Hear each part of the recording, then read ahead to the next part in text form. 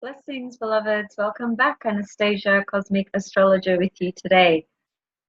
Okay, so today I'd like to just spend some time talking about the moon in relation to Neptune. That is a moon-Neptune conjunction in the natal birth chart. A very, very tricky combination, just like the Sun square Neptune was, that I did on my last video. So I'm not doing things in any particular order, as you've probably noticed. I don't have a lot of Virgo in my chart, except for Pluto in Virgo. Okay, so I've been reflecting quite a bit on this particular aspect. I've known people in my life who have it. I've done chart readings for people who have it, and naturally I've had a look at celebrities' charts who have it and so forth. It's always really good, as I've said before, just to look at people's charts, whether you know them or whether you don't, just to get a feel of how different the planetary energies can play out. And this is how I want to start this video today, before I unpack the moon conjunct Neptune. I mentioned in my last video that any single aspect, any configuration in the birth chart, any planetary energy can very easily be projected out there into the world, onto one's environment and onto the people in that person's life. And it's usually the case that the energies do get projected. Now, I watched a video just recently. It was a pretty dark video, but it was a video made on true events of two very dark characters. Actually, they were an Australian couple from Perth who basically were serial killers. And I do find those sort of dark and mysterious components to life very intriguing, and certainly people's behaviours and why people are propelled to do the things they do and so forth. And I guess that comes from my psychological background as well. But I love looking into those things with charts and astrology, and just basically getting more of an understanding and more of an insight of simply how different, the same planetary configuration in one person's chart can play out in a completely opposite way in another person's chart. So you could have a serial killer, and then you could have Mother Teresa, for example, both having a very distinctive feature in their chart, which is identical, but one's Mother Teresa and one's a serial killer. So that's just an example to demonstrate to you, how differently these energies can play out. And of course, it's always going to come back to the evolution, the evolution of the soul, the evolutionary path of the soul, how evolved they are, what it is they need to learn and experience in the current incarnation. And so this video that I watched, I tried to find these people's birth charts, and I couldn't find any times of birth, which is quite often the case. However, nevertheless, you can still see the planets in signs and the aspects between the different planets. And that within itself can give you an abundance of information. Certainly there are a lot of gaps because you don't have a chart in terms of seeing everything in the correct houses, and you don't have the ascendant, and you may not have the correct position of the moon as well, because the moon is the fastest moving body, apart from the vertex, which isn't a body, it's a calculated point. And the angles of the birth chart, they are very fast moving as well. So upon looking at these two people's charts, they were a couple, and long story short, they clearly were incredibly dysfunctional and very unwell. They essentially killed 4 young girls, all aged in their teens. But what they did was they abducted them and took them into their home and basically raped them and abused them for days on end or weeks on end with certain ones. And I think it was 3 or 4 of them that were murdered, and the last one actually got away, which is why we got to see this story of the girl who got away and how she got away and what she endured in that house with these 2 serial killers. Now, this couple, when I had a look at their charts, you know, and the reason I'm bringing all this to you guys is just to show you how powerful planetary energies are in terms of various ways that these energies can manifest. So, you know, when for example, the male, he had a lot of planets in Pisces. His sun was in Aquarius, but he had Venus in Pisces, Mars in Pisces, North Node in Pisces, Jupiter in Pisces. So a lot of Pisces energy. And, you know, Pisces is not the sign that you would associate with rape or murder, killing people, abduction and things like that. But it just goes to show you how differently these energies can manifest. Now, one of the strong sort of things that I noticed in this person's chart was that he had a moon conjunct Lilith, the black moon Lilith. And black moon Lilith in a birth chart, quite apart from everything she represents in terms of the feminine empowered quality and aspect, you know, standing up for oneself and standing up for one's rights and being equal and, you know, all that sort of stuff.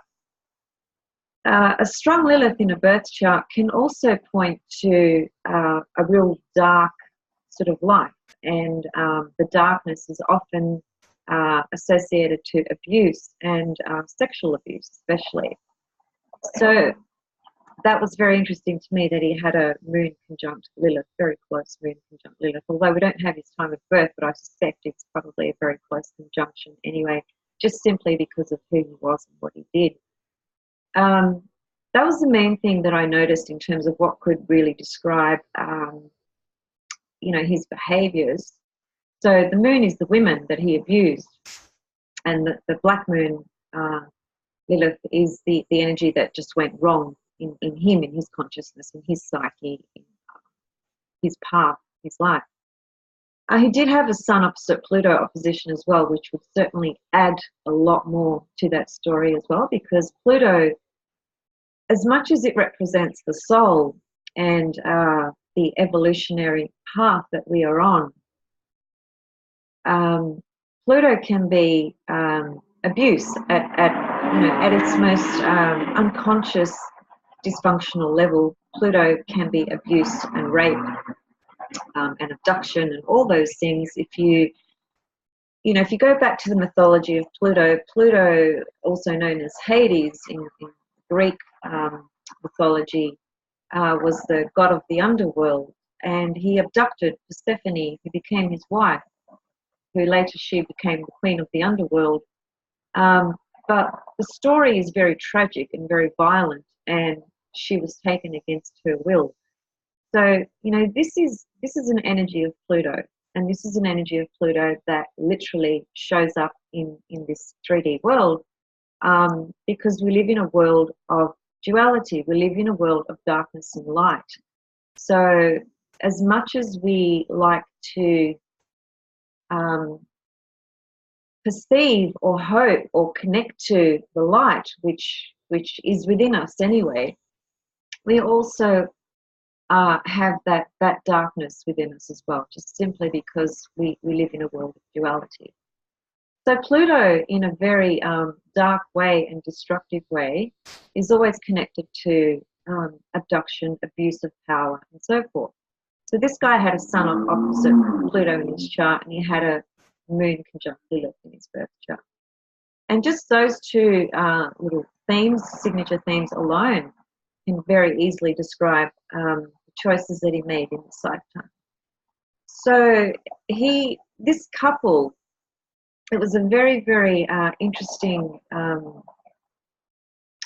story of deep psychological abuse, not just to the victims, but to his wife, which was the person who engaged in these crimes with him. But you could see from the way the story unfolded that her involvement in all of this was just predominantly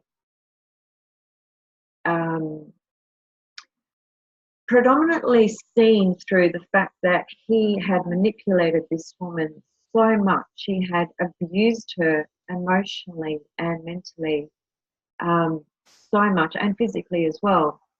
And he had manipulated her to believe that he loved her so much, and that this was how he expressed part of his love to her, for them to exploit and abuse younger women together, because he basically got off on that.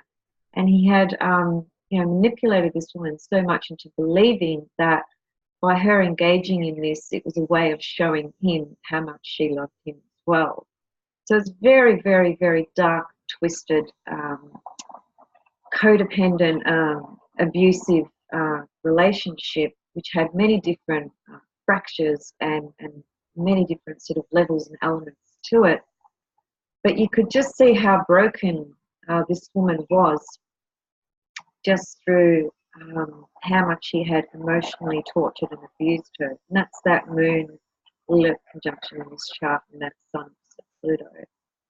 Now, he had all this Pisces in his chart, and I'm looking at his chart and thinking about this story, and I'm thinking, where's all that Pisces energy?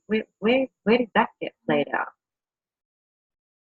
So there's no simple answer to that, because I'd need to really explore that chart in greater depth, and I'd really need a time of birth as well. But I think one thing we can say is that the Pisces energy in his chart really just played out in his delusional world. He had created this delusional world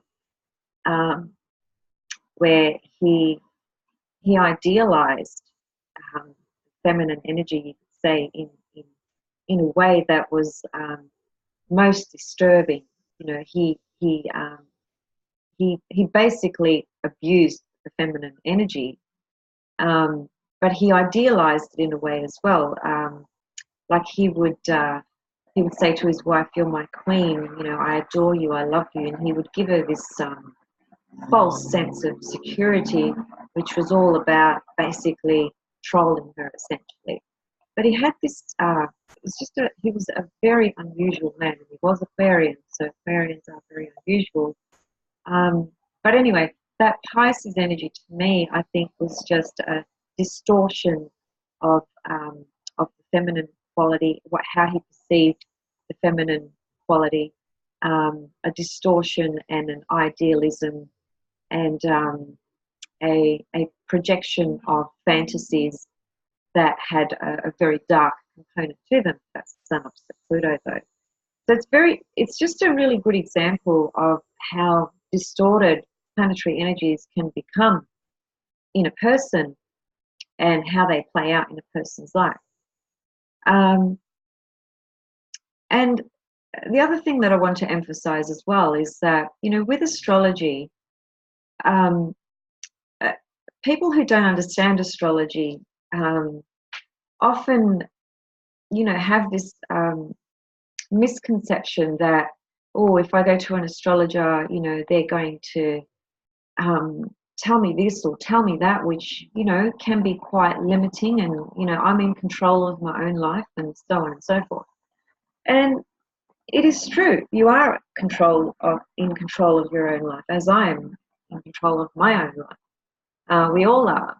So having astrology explained to you, through a reading, is not, it's not taking the position of telling you what you should or should not do. It's really about interpreting planetary energies that could be manifesting in a multitude of ways within you and your life. So, you know, many people are born with a Sun-Pluto opposition. Many people are born with a Moon-Neptune conjunction. But how that plays out in each person's life is going to be completely unique. Now, this woman who was married to this guy who was also a serial killer, they both ended up in jail, by the way, and he ended up hanging himself in jail, and she's still alive. This all happened back in the 1980s, and she's still alive and consistently trying to get parole. She actually has children as well, but she left her children for this guy, to be with this guy. There's some interesting configurations in her chart as well that can point to her very dysfunctional behavior.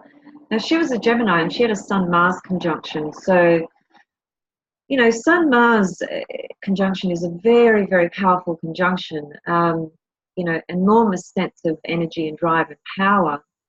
But don't forget that Mars is violence and aggression and war. Mars is the god of war.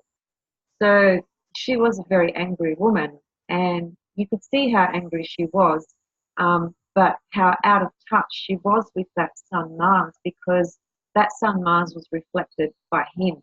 He was the aggressor. He was the violent one. He was the one that beat her up. He was the one that was physically abusive to the victims.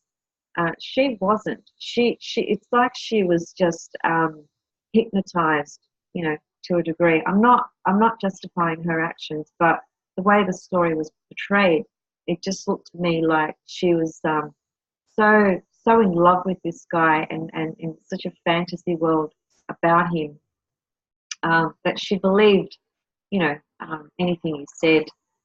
And he lied a lot, and that's her Sun in Gemini, because Gemini at worst carries the qualities of being tricky and deceptive and changing their minds and just, you know, jumping around from this to that and deception, basically. So her Sun Mars, there's another example of her own Sun Mars, which is her power, right, was projected onto this guy that she was married to. So he owned her Sun Mars, so she was left powerless. And she was. You can see how powerless she was. Just the way he treated her, what he made her do. He wouldn't allow her to have children or to have contact with her children. He bought her a dog to kind of, you know, quieten her down. She had a very strong desire to want to merge with her children or have a baby with him, and he didn't want any of that, because he didn't want anybody else in their world. He just wanted to control her so that he can make her an accomplice to his crimes, because he just had such a twisted, such twisted desires that he needed her to be a part of this fantasy world that he created that was extremely violent. So her Sun Mars energy was projected onto him, and he owned that. So she was left powerless. She was a victim, really. He killed her dog as well in front of her. I mean, this guy was just, he was very, very evil. Now, in her chart, apart from the Sun-Mars conjunction, that's right, she had a Moon-Chiron conjunction.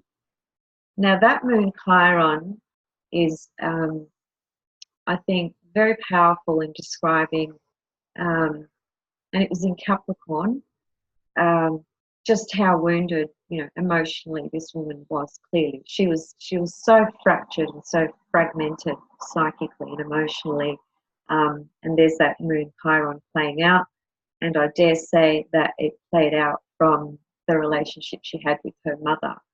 I guess if I look more into that, I'll maybe find out more information about the relationship she had with her mother. But in the movie, she had no relationship with anybody apart from this man.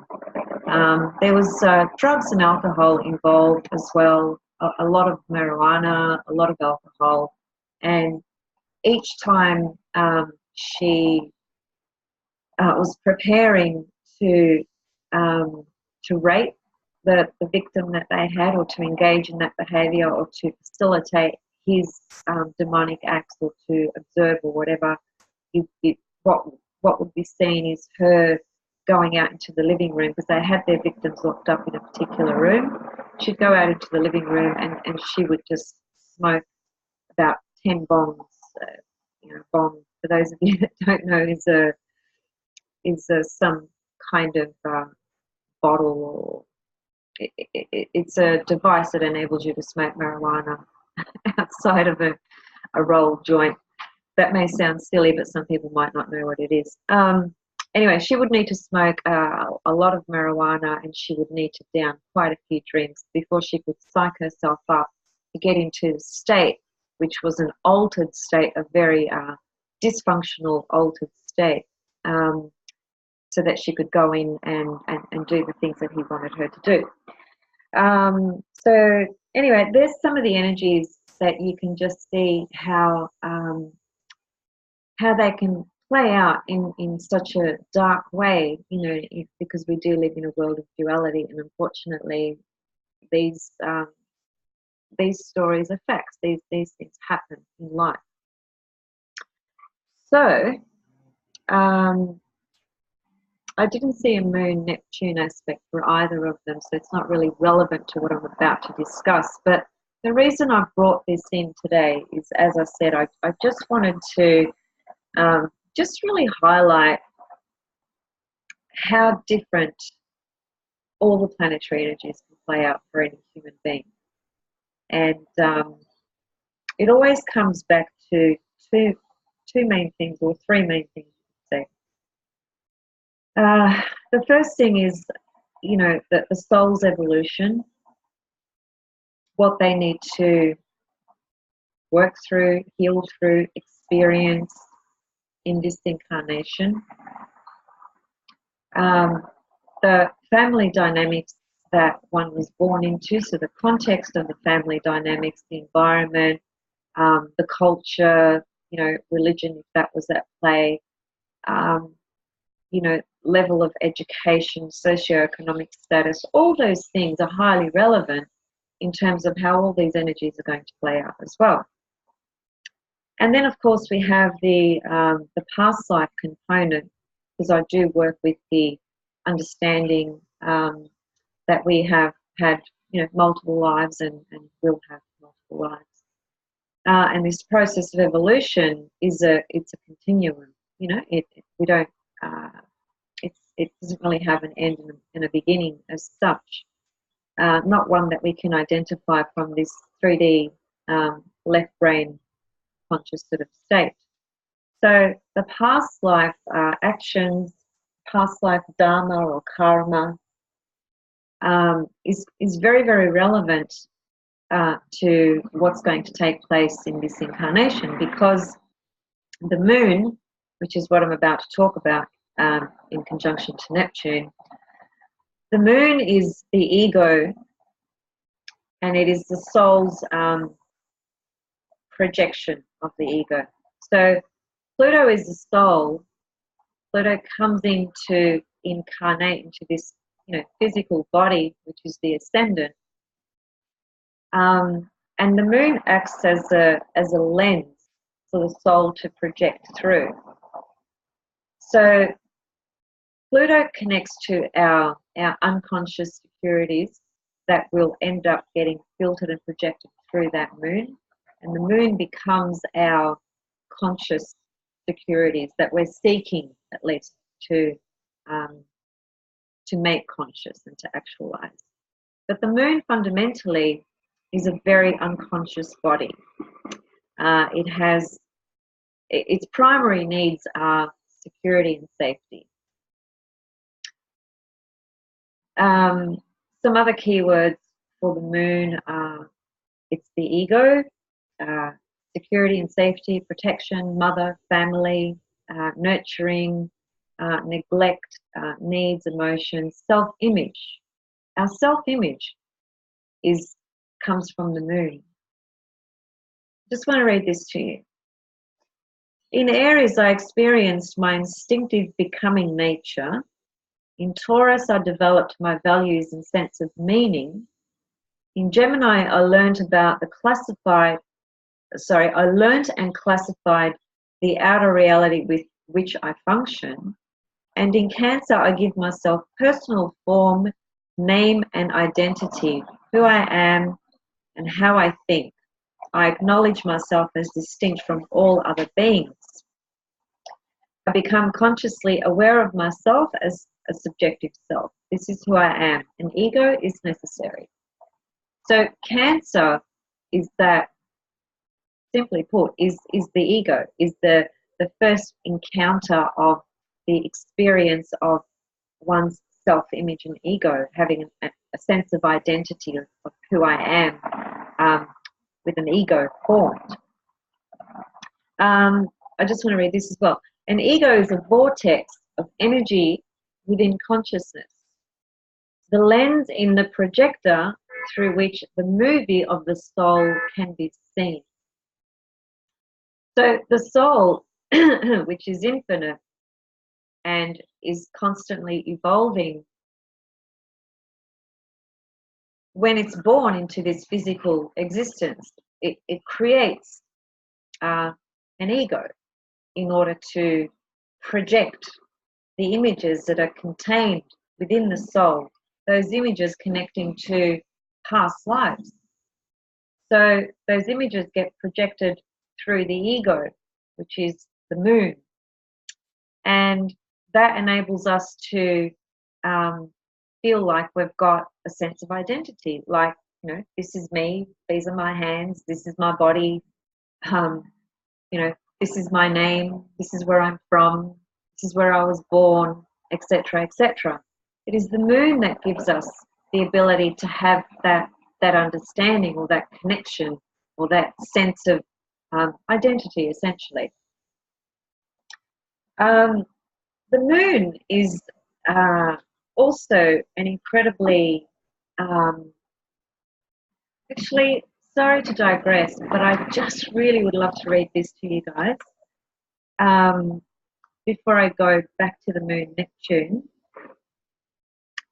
This couple that I was talking about before, in their composite chart, now I can still look at a composite chart without times of birth because I will still get planetary aspects. I will not get what houses everything is in, but I will get aspects, and aspects are really, really important because they can tell you a whole story.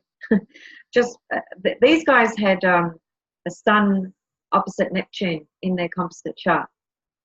Very powerful aspect, and I just want to read you what it says here, which is just so interesting to me because it really does describe the illusion and fantasy that they lived in, because they literally lived in a world they had created for themselves. They had no contact with anybody else out there in the world. She didn't work. She was just at home all the time. I think he did do a bit of work, but they didn't have any relationships with the world out there. All they would do is drive around the streets and stalk their victims and pick them very carefully. Anyway, if you're in a relationship with somebody and you have a sun opposite Neptune in your composite chart, this will be relative for you. And it can play out, just like the planetary energies in our birth chart, it can play out in different ways. But this is what it says. Okay. The opposition of Sun and Neptune in a composite chart presents a number of problems. First of all, it means that one or both of you is refusing to evaluate the relationship realistically. One manifestation of this problem would be that you each project your own ideal images onto the other person, or it could appear as outright lies and deceitfulness. Now, this guy lied to this woman every single day. It was just lie after lie after lie, because this is how he basically manipulated her. So there's that Sun Neptune opposition in their composite. Second, of all the combinations of the Sun and Neptune, this one, meaning the Sun opposite Neptune, is the most susceptible to savior-victim behavior. Now, the thing that I forgot to mention about this couple is that this woman came from some kind of background where her father was abusive, and so she had a very difficult relationship with her father, no surprise there. And so this guy that she married, the serial killer, he constantly reminded her of how he saved her from her dysfunctional father. So there's more of the Sun Neptune, you know, savior, saving complex in there, manipulating the other person, lying, and all that sort of stuff. Then it goes on to say, as a noted astrologer expressed it, the relationship is that of a savior looking for a victim or a victim looking for a savior. So she was the victim looking for a savior. And unfortunately, she just projected it onto an incredibly evil, violent man, which, you know, would have had to do with her upbringing and her father and her own unconscious projections and so on and so forth. Neptune denies the drives of the ego and therefore may cause you to look for a friend or lover who will be saved by your wholehearted sacrifice. The word sacrifice is huge when we're talking about Neptune. Needless to say, the person who is being saved must pay by being constantly reminded of the martyr's sacrifices. So, that is just incredibly descriptive of what I just explained a moment ago when I said that this guy just kept on reminding his wife, who he pretty much abused and manipulated to the hilt, how he saved her. Because of him, she had a house to live in, she had food on the table, she was no longer dependent on her father who was abusive. So he made her believe that he rescued her. There's that Sun-Neptune opposition in their composite chart playing out at the most dysfunctional level. So there's a little bit of insight for you guys regarding a Sun-Neptune opposition in the composite chart. Okay, so now going back to the Moon conjunct Neptune. So I've talked a little bit about, you know, what the Moon is, what it represents, and so forth. The Moon is also our unconscious reactions related to the past, meaning the current past, as in our early childhood, and also our past, as in past lifetimes. The Moon is the mother and feminine principle. It's the inner child within us as well. The inner child as well as our mother, and our ability to mother ourselves as well.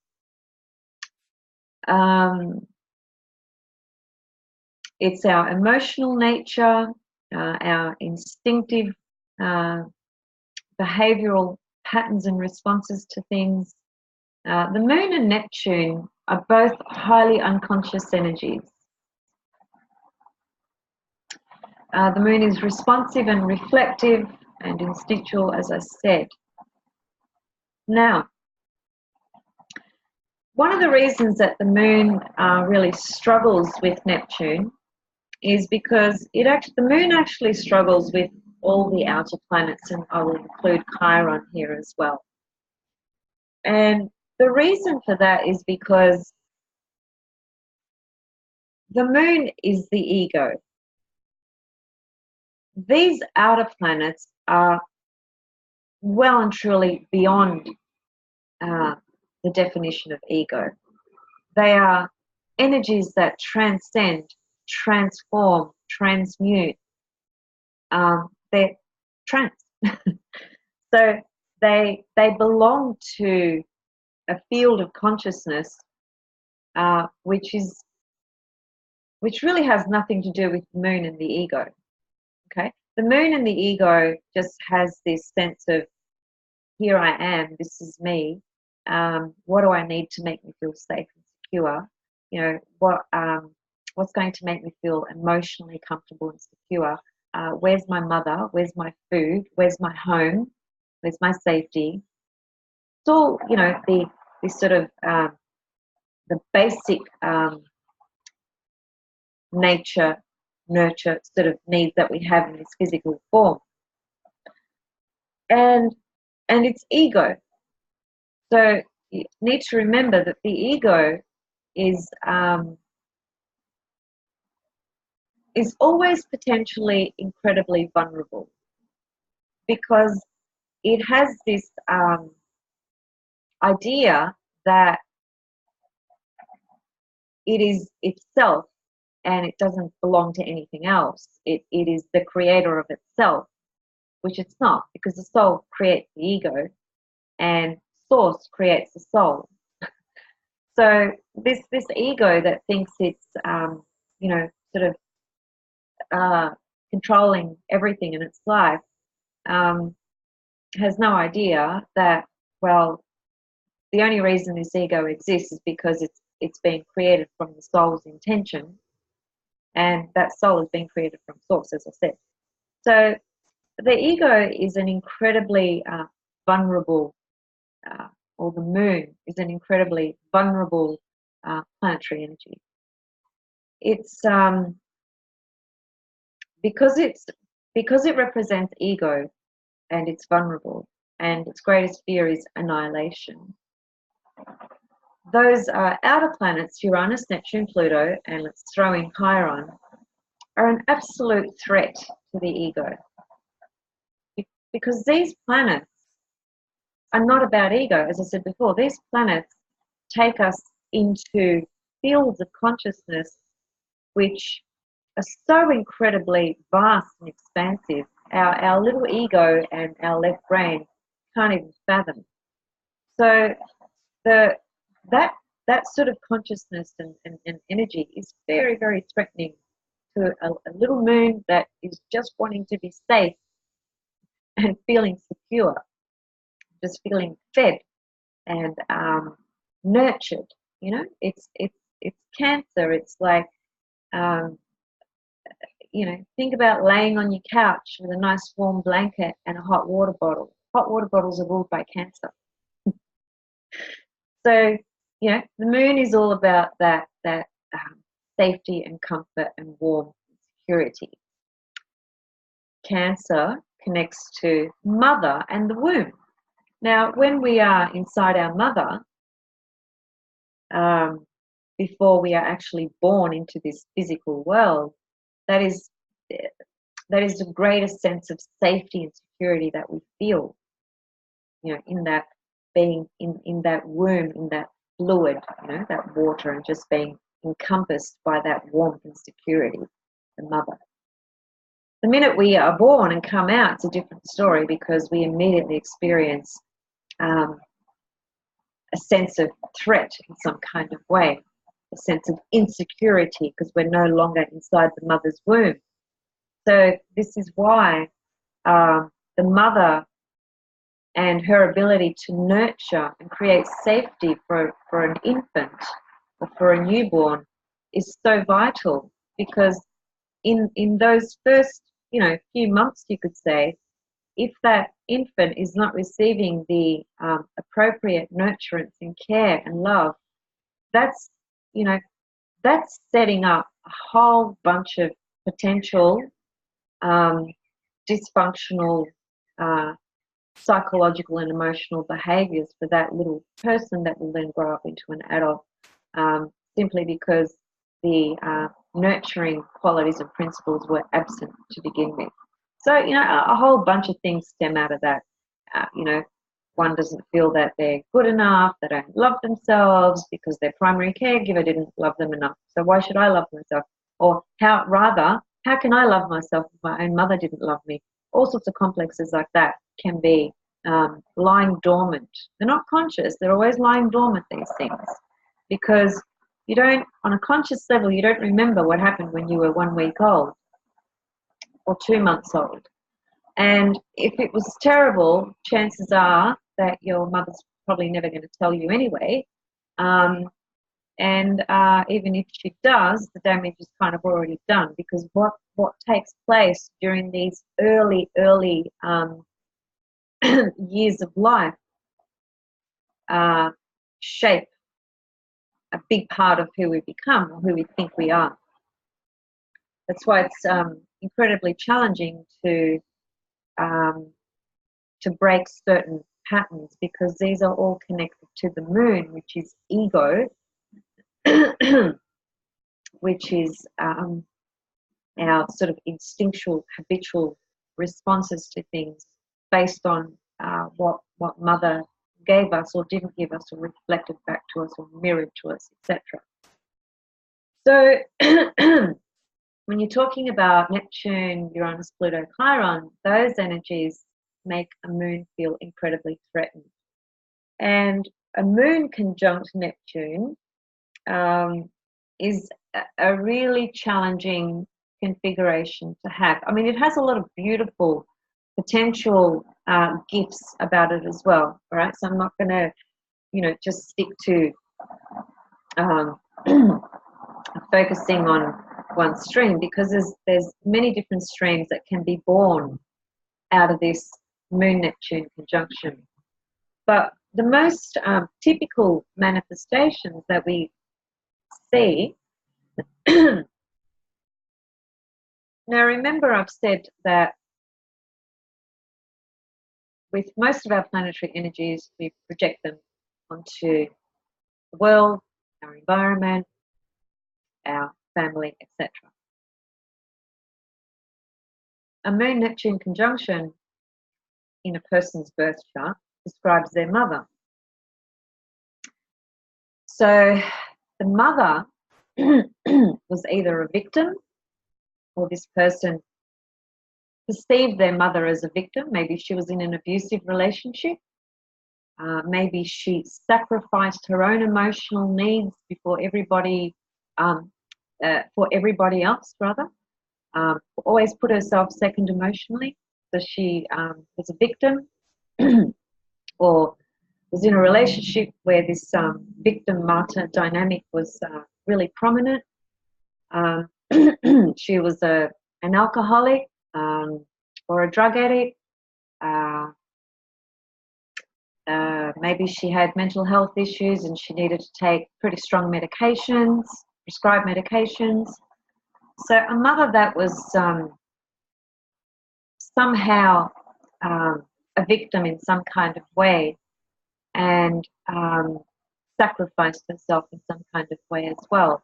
And as a result of that, naturally, it's very difficult for a mother who's playing out in one of those streams to provide a healthy emotional relationship between her and her child.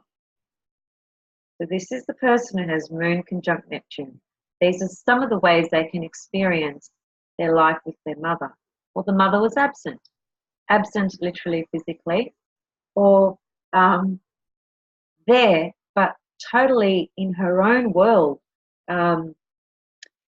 just absent from the relationship.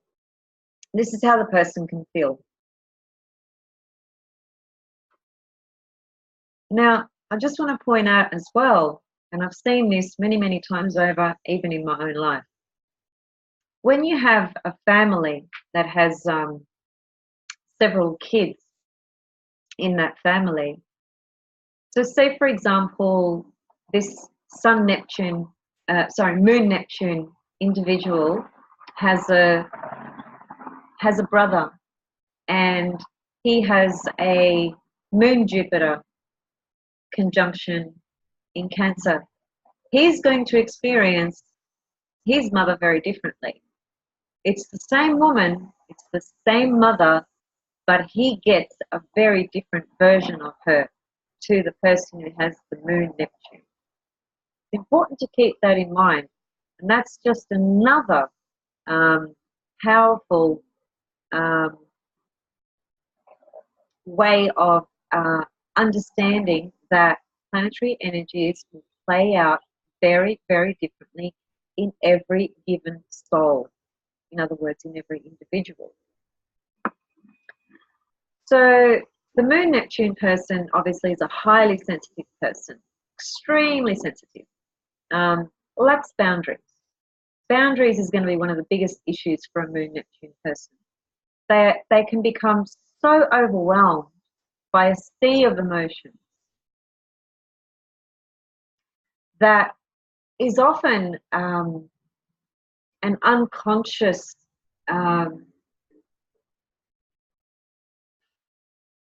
a psychic unconscious connection to the collective at large, really.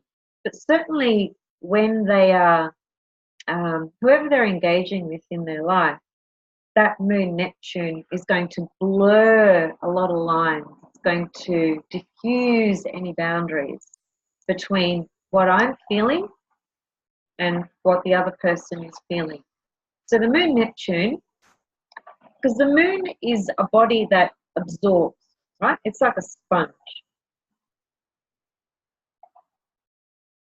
Neptune, whilst it dissolves, it's also a psychic vortex, you know, it just, because it connects to absolutely everything. So it has no boundaries. So Moon Neptune people really struggle with emotional boundaries. And there can be a great sense of feeling overwhelmed, confused, guilt, feeling sorry for people all the time, feeling that they have to rescue people, attracting people that need to be rescued. The whole savior, rescue, martyr dynamic can be very, very strong for a person who has Moon Neptune.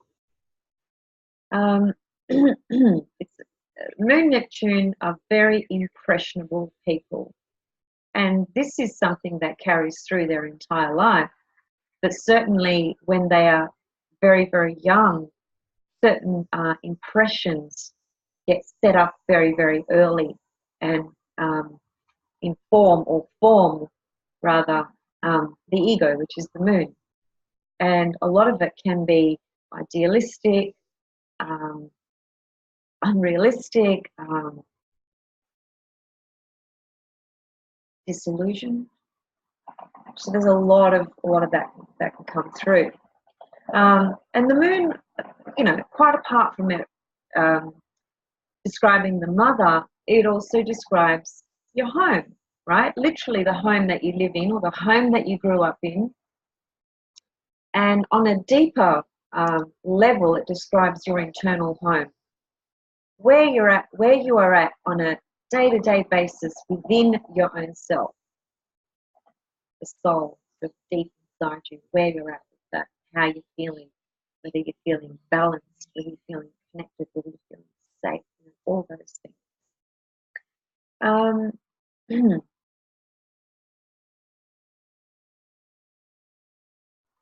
So personal relationships for Moon Neptune people can be really tough, really challenging, because the Moon Neptune person can be, they just get so overwhelmed by another person's emotions because they're like this sort of psychic sponge, you know, without wanting to be, they just are that. So they're just absorbing and taking in, you know, a whole bunch of psychic sort of energy, emotional energy, which is incredibly powerful, and really struggle to create, you know, strong boundaries where they can protect themselves, and it's the very thing they need to do. Otherwise they'll just be lost in a sea of emotions and really struggle to identify what actually belongs to them and what actually doesn't. A beautiful image, I think it is anyway. This is not Moon Neptune conjunction necessarily, but it could be, because this is the moon in the 12th house. And the moon in the 12th house is like having a Moon Neptune conjunction. There are some distinct differences, but there's a lot of similarities there as well. And so the moon in the 12th house, if it's sitting there on its own, first of all, the moon in the 12th house is an incredibly difficult place, because the moon just, it gets lost in this endless ocean sea. It's like a little boat floating on its own in this massive ocean, and it has no anchor. So it just gets tossed around by all the different waves and rhythms of the water, and whether there's storms or tsunamis or whatever the case may be, that moon is prone to just whatever's happening with that ocean. Whatever is happening with that ocean is going to affect that moon big time. So that a person who's got the moon in the 12th can feel that very, very strongly. You know, it doesn't give them a lot of security. It actually gives them a lot of insecurity. So moon Neptune can have a similar sense about it as well.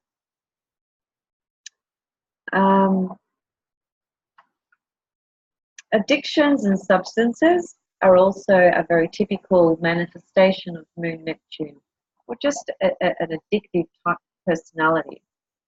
I've seen the addiction to substances frequently, and a lot of that has to do with the desire to escape, because the moon Neptune energy can be so, they're the dreamer, so their dream world or dream life feels more real to them than what this reality does. It's so real to them, and they can be so enmeshed with that, or immersed, so connected to that, that they can be so out of touch with reality.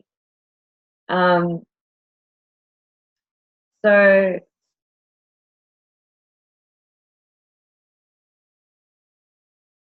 the other thing that it could be as well is the idealized mother.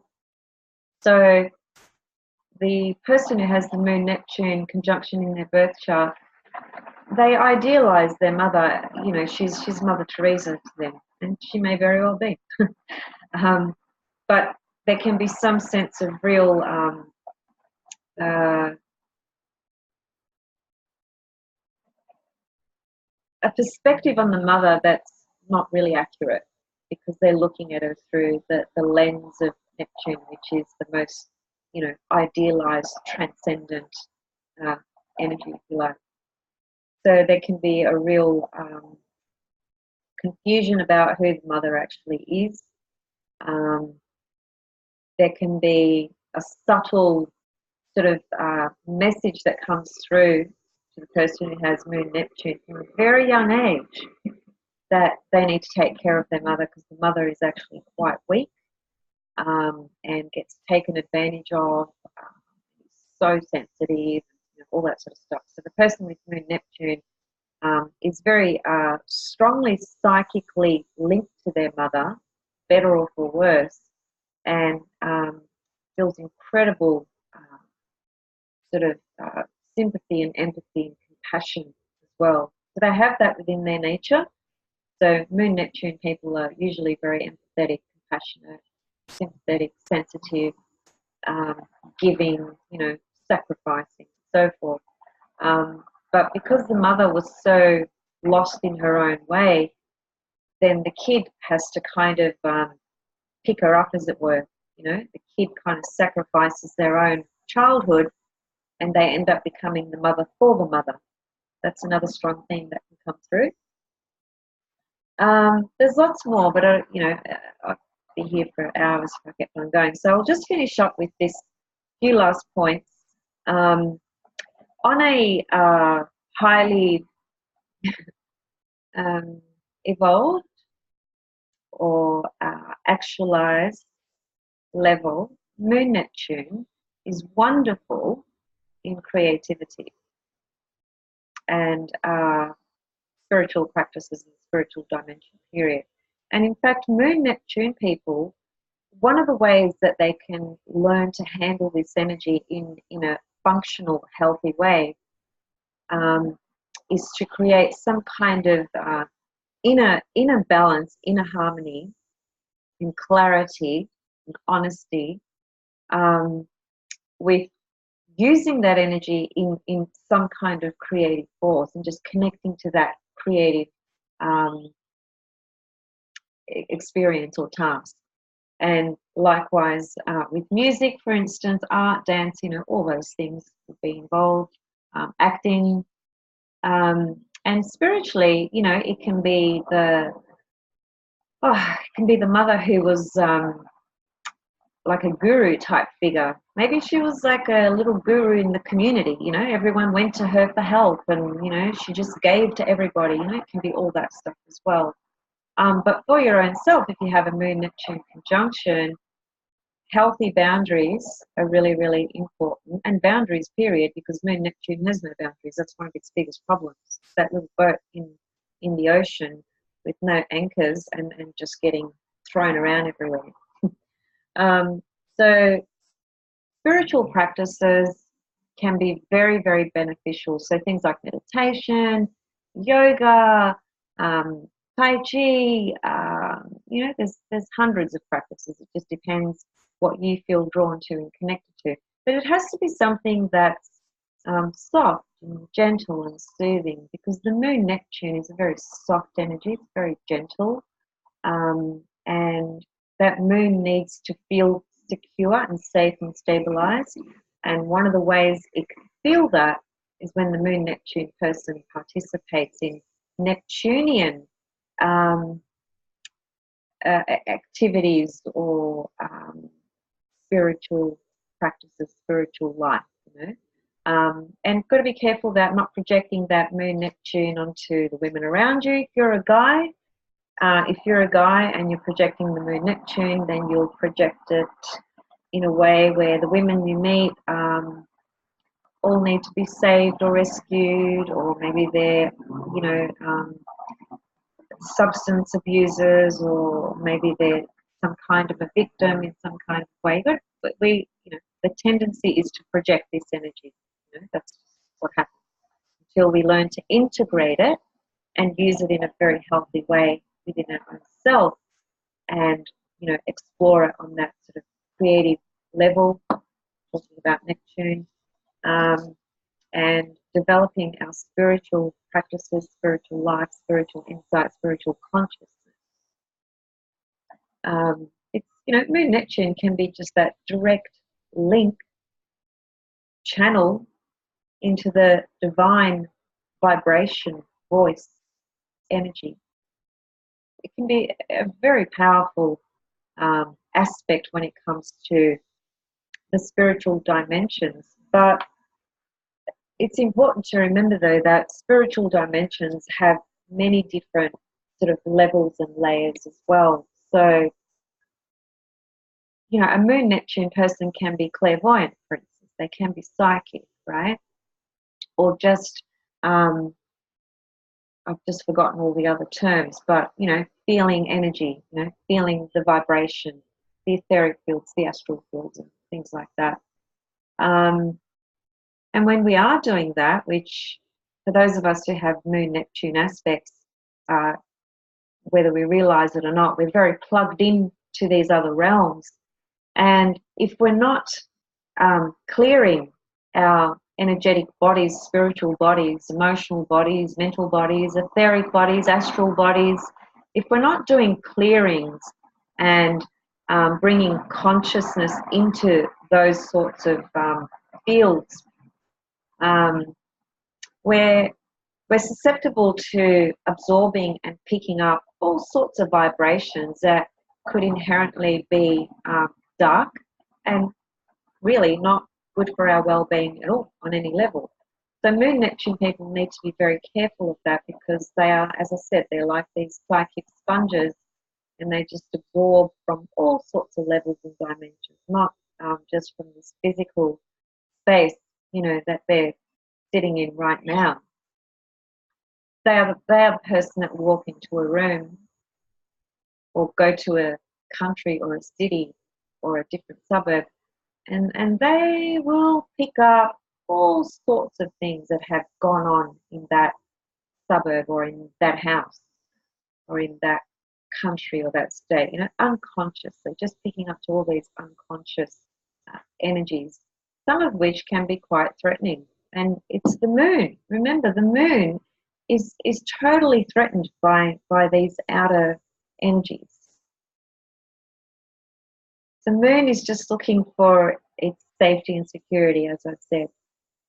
So Moon Neptune people really need to be very aware of all this so that they can protect themselves, they can consciously, you know, put boundaries in place, not get sucked into feeling guilty, not getting sucked into, you know, trying to save people, because the truth is that no one can save you.